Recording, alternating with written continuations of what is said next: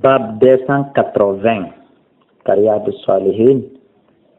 درس ميوتن تحريم الهجران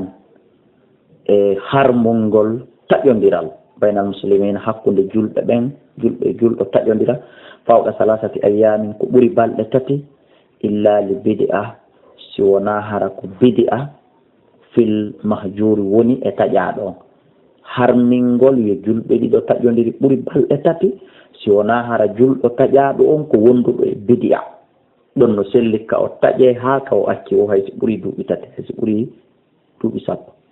aw tazaharu ma feeñugol bi fiskin fasiki yagal e makko awna hay dal kama ko nandi ko tawi ɗum si ɗum ɗon kadi feeñi fasiki yagal feeñi e makko no selli ka o taƴe qala allahu taala innamal mu'minuna ikhwatun faslihu bayna akhawaykum wa qala ta'ala wala ta'awanu wa tawallindir ala al-ithmi wal udwan وعن أنس رضي الله عنه قال قال رسول الله صلى الله عليه وسلم لا تقاطعوا وتون تجندر ولا تدابروا وتون هجندر ولا تباغضوا وتون أنيندر ولا تحاسدوا وتون حاسندر وكونوا عباد الله جعل إخوانا نعم غوتوبه ولا يحل سبدا غانتا كل مسلم أن يهاجر أن يتجت أخاه مسلم مكجول وكتب فوق ثلاثين قريبا لتت متفق عليه حديث 1600 حديث ولورة التامة لجيغو إلى فوق إذن دفترته وعن أبي أيوب رضي الله عنه أن رسول الله صلى الله عليه وسلم قال ما لا يحل دغانتا كل مسلم أن يهاجر أن يتجت أخاه مسلم مكجول فوق 3 ليال بري بالتت يلتقيان توحيد فوتا فيريد هذا ويريد هذا أودا درنو هو وخير ما بيريدو إذا عندكم بري مؤجد الذي يبدأ بالسلام أديدو هيراد ويو enen no iɗen konti hare kon ɗon woni naala sili ko on ɓuri jasude ko woni gasata e ɓaawa oya ko on ɗon huli awale ko on ɓuri moƴƴude muttafaqun alayh wa abi hurayrata radiallahu anhu qala o maki qala rasulullahi sallallahu alaihi wasallam nelaɗo maki tu'radu al-a'mal golleeli yimɓe ɓe weeɓitoyte ka Allah fi kulli ithnainin wa khamisin kala tene kala alkamisa si tawi ko moƴƴe ɗen ɓuri ɗuɗude bonde ɗe fa yaghfirullahu Allah yaafo li kulli murin kala neɗɗo la shirku billahi shay'an tawɗo shirkanali Allah tawɗo e nder dossier ji makko ɗin shirku ala nder toon Allah yaafotomo kala tenen alkamisa tawi mo woɗɗiti e bakkatuji jen hedditi ɗin kadi illa imran sona neɗɗo kanat mo tata hino woni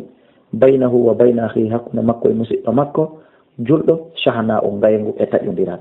fa yaqulu ɗon innete utruku hadain he terte ɓe ɗiɗo tawna hatta yastaliha ha ɓe moƴƴina si ɓe moƴƴini on so yaafotomo ɓeɗo haysi tawama ka dossier ji maɓɓe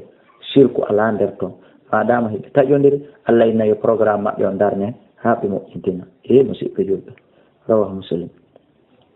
wan jabirin radiallahu anhu qala wi samitu min rasulullah sallallahu alaihi wasallam yaqulu maka inna shaytana ndeno shaytan qad ya'isa gomɗihimo taƴo an yabudahu musallun nde an yabudahu ko ɗum woni nde woɗɗitoto e makko almusalluna juuloɓe ɓen fi jaziratil arab e nder an ya'buduhu nde rewatamo almusalluna juuloɓe ɓen fi jaziratil arab e nder suudi arab walakin skoni fit tahris bimana woni e ninse ɗen e perdiɗen baynam hakkudeji maɓɓe rawa muslim heɓe firan ɗen attahrisu ninse ɗen e perdiɗen al ifsadu ko bone legol wa taghyiru qulubihim e waylugol ɓerɗe maɓɓe ɗen wa taqatu'uhum e taƴagol ɓe wa nabi hurayrata radiallahu anhu قال وقال رسول الله صلى الله عليه وسلم لا يحل دغانتا كل مسلم أن يهجر أخاه لو تأتيته مسلم ماكو فوق 30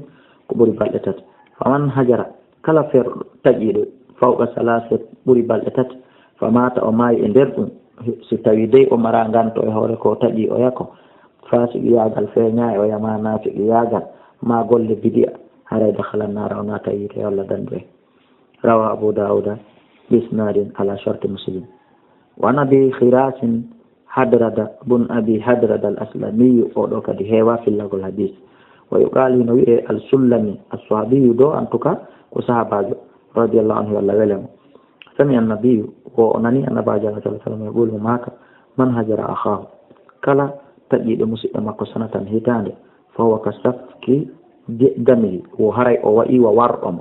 بمعنى كلمة تجد عند هتان هري هبي بكات وورم wasi a warumo si tawi hara ko taƴiɗama kon ala e makko rawahu abi dawud bi isnadin sahihin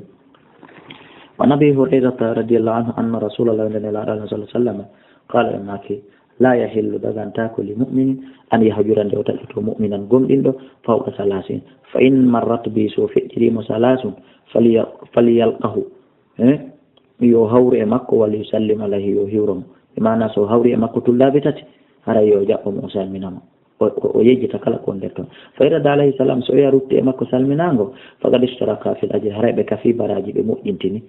kono ko adi salminde on ɓuri baraji wa in lam yarudda alayhi so tawi woni oya jabakimo fe o hiiri koya jabakimo faqad ba'a bil ithmi haray joni saliɗo jabade o ruttodi e bakkatu adiɗo hiwrade on kanko haray wa haraja al muslim julɗo on yaltiminal hijrata e taƴƴondirongol mi mana si o jaɓalima hiwra jaabitade an hiwriɗomo on hayso taƴol rendirande man nden continue hara hande kadi an a yalti e bakkatu taƴagol goɗɗo par ce que a adike mo hiwrade o jaɓalima jaabitade amma kanko saliɗoma jabade on hande kadi o bakkatu ko o taƴima kon e ko an taƴiɗamo kon haray fof hawtodiri e makko yo Allah dandu rawaha abu dawuda bisnadin hasanin qala abi dawuda ida kanat al hijratu si tawi laatike taƴodirangal lillahi ta'ala ko sabu Allah falaysa min hada fi shay haray ɗon hunde ala toon kon ɗon taƴorgol goɗɗo fi Allah hara mi yihiɗa jokki ko Allah haɗi ma mi yihiɗa acci ko Allah jamiri mi haɗima ya accu konko boni a jaɓali ma mi yamirima konko Allah yamiri min kadi mi yamirima mi andintinima so tawi a yejjuto ma mi andinima tawi a anda a jaɓali haray ɗon mi mara bakkatu e ko mi taƴima kon wallahu a'la wa a'lam.